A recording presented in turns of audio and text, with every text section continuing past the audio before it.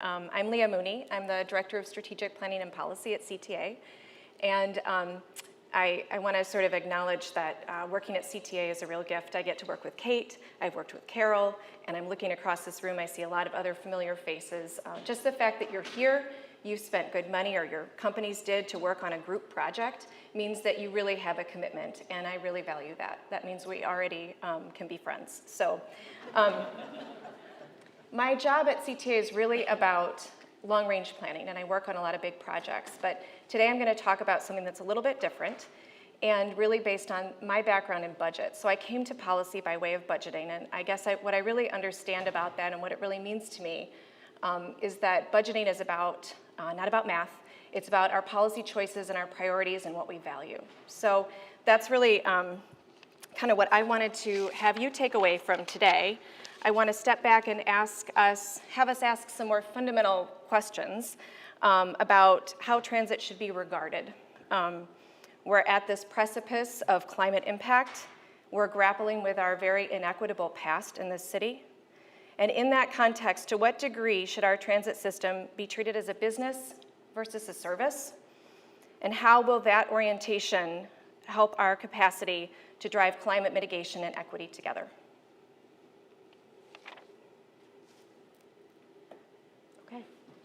So with that, I would say, we've heard a bunch of different solutions. There's not just one. We have to do a lot of things at once. And one of the things that I think about a lot is how to get more people on trains and buses. And it has to be the both of those things, right? And we all know, I think, that about 30% of our emissions are driven by the transportation sector. This great little quote here, it came from Center for Neighborhood Technology, Jen McGraw. She worked on a research project and also with the TCRP report. And so she notes that 55%, a trip on public transit emits 55% fewer greenhouse gas emissions than driving or ride-hailing alone. The C40 mayors also introduced a report that they had commissioned at Glasgow that suggested that public transit use must double by 2030 in order to meet our emissions targets. And we know that transit really impacts people's ability to get to jobs, to maintain those jobs with reliable transit, and also improves health outcomes in terms of both physical activity with, I had to walk to my bus to get to my train to walk here today, and also with just being able to access medical services and other goods and services and healthy food. So all those things are critical. I would also argue that elimination of sort of moving everybody to an EV is a great strategy, and I really strongly support that. It's not going to be enough, and it is going to be challenging for us to get our grid clean enough in order to support that and make that really a clean option. So we have to do both things. I would say reducing VMT is critical as a piece of this, and putting more people in one vehicle is a great way to do that. We are obviously at a critical point here. What I think Aaron kind of talked about this in terms of, Illinois, we didn't see that, in Chicago, we didn't see that benefit during the stay-at-home order. We still have people driving as much as they did before COVID, but our transit ridership has been gutted. And, bringing that back is going to be a huge piece of this. There are a lot of different pieces of that, but I think a key piece of that is really about frequency. Also, reflecting some research that CMAP did, frequency is a key driver, is the strongest predictor of ridership, frequency. And according to the Transit Center, 2016 Transit Center Who's on Board survey, the two most important factors driving satisfaction with transit are service frequency and travel time. And of course, travel time is a function of frequency as well.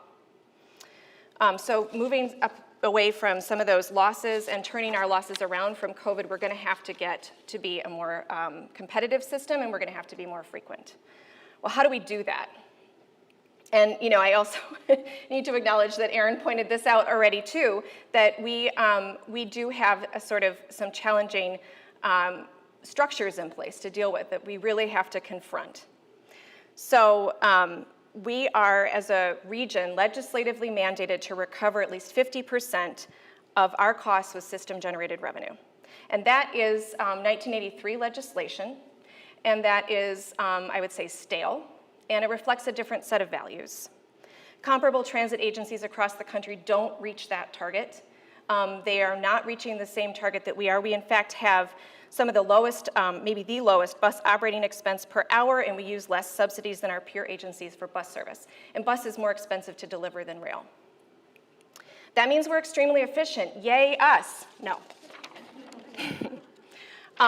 So what that really means is that we want to provide access, but that's expensive. This map here, I had two maps, but it was too cluttered. So the first map actually looks like fully gray. And that shows you where we have coverage, and that's great. 96% of Chicago residents live within a 10-minute walk of bus service, CTA bus service. But when you peel back what is not frequent service, it gets to be a different picture. So 59% of the service area population has access to frequent bus or rail service. And we already know that people want frequent service, and that's going to drive ridership. But it's expensive. Frequency is very expensive. And when we are trying to be efficient, we're going to program our service based on the capacity need and delivering enough vehicles to meet the riders that are going to be there, rather than sort of trying to promote people getting on them, right? It's a different sort of orientation. Another critical piece of this is that when you consider Chicago's historic and current segregated land use patterns, this is an equity issue. Racist exclusion and redlining have shaped our landscape. That landscape has excluded especially Black people from certain areas of the city, and that in turn has led to disinvestment and to population loss. There is less density on the far south side and on some parts of the south side, although I will sort of acknowledge the number 79 on 79th Street is one of our top performing routes in terms of a ridership perspective, so that's not universally true.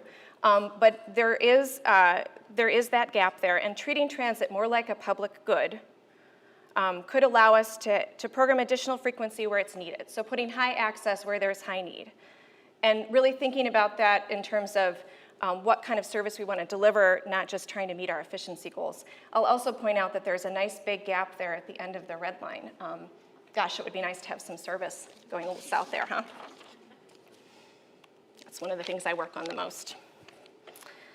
So in the end, sort of our opportunity here is to remove this fare recovery constraint and allow ourselves to think about things in a totally different way.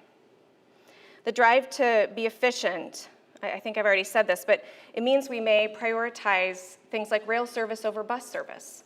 And we already kind of looked at how many people have access to rail service versus bus service, right? And that's also an equity issue. Putting service out in the middle of the day might help us be competitive for some non-work trips. And then I think I heard Mark use the term peak and shoulders of the peak, which is also a transit term.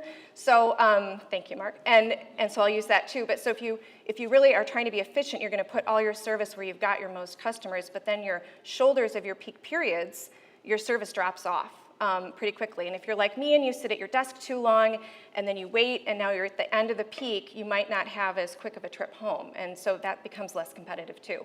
So even putting it out on the shoulders of the peak. Yona Freemark did this really nice, he does some great studies, and he did this nice City Lab graph that really shows the bus service not recovering from cuts after the recession. And that's true for Chicago. That 2010 service cut was really made to tighten our belt and to become more efficient, and we lost ridership with that. And we lost ridership at a time and became less competitive at a time when a new burgeoning concept was just coming on the market, the TNPs, ride-hailing.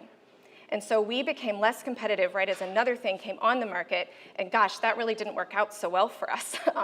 And bus service ridership, bus ridership really suffered for that. So that's what's called kind of the death spiral in transit, where you're trying to chase after this efficiency, you're targeting your service to your ridership, you're losing a little bit of ridership, you pull your service back, and now you're less convenient and more people stop taking you. But you can also have a virtuous cycle.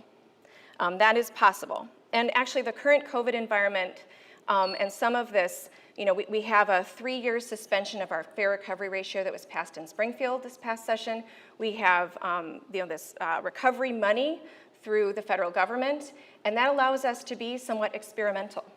And that's really exciting, and we can kind of see in this suspension of reality what kind of service we can provide. One of the things that allowed us to do was to maintain service and service frequencies even as we were experiencing ridership loss. And that was really essential because transit has been a lifeline to essential workers, and we know that because we asked them that. We did a survey, and 1/4 of our respondents said that they would not have been able to reach their workplace without CTA services. We've also been able to reduce pass prices, and pass prices are great because once you buy a pass, you're going to keep riding, right? It's not like every single time. So making pass prices more competitive gets people to make that choice more frequently. And that is going to carry into the 2022 budget year, thanks to these recovery funds. And we've also eliminated transfer fees. So we're taking a revenue hit, which we can do because of these subsidies, but it's going to promote ridership and equity at the same time. So removing this fare recovery constraint can really help us create new opportunities, and that can also include increased service, as I said, at non-peak times, targeting service to meet these access goals over the capacity goals. An additional benefit that I'll mention is that once you sort of program these transit resources and you have people taking transit, that in turn facilitates better land use. So our car-centric development has led to sprawling landscapes, and that really leads to more VMT and ultimately to more greenhouse gases. But sort of changing that landscape is also about putting more transit service out there, focusing density, and that density itself actually helps get some of those greenhouse gas benefits too. So making that public transit benefit further amplified. My statement here to you is that regarding mobility and transportation to achieve Chicago's carbon and equity goals, a critical obstacle public transit must overcome is the pressure to be efficient above all else. This isn't really just a Springfield issue. I want to put that out there. This isn't just about passing legislation. This is about changing the narrative. This is about changing our story because it's a systems change issue. It's really about how we think about our transit system, how we prioritize and value that in our budgeting. We are always going to have budgets, even with a fare recovery ratio suspended, right? Having this fare recovery, though, is like having a straitjacket on over your corset. And it really limits flexibility, and it limits innovation, and it limits our ability to seed growth and to put high access, again, where there's high need. I think the obstacle we need to overcome here is intransigence, and it's an unwillingness to examine the deeper roots of our problems. I hear a lot of people say they want more transit service and we should be more caring and put that out there, and I agree. And that really gets to, are the structures that we have in place still serving us? Are they still meeting our needs, and are they really reflecting the core values that we have and that we hold?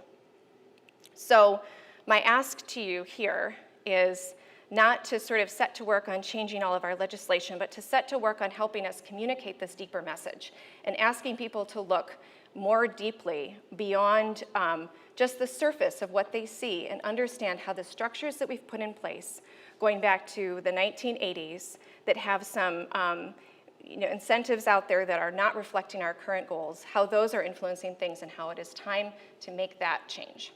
So that is all I have. Thank you.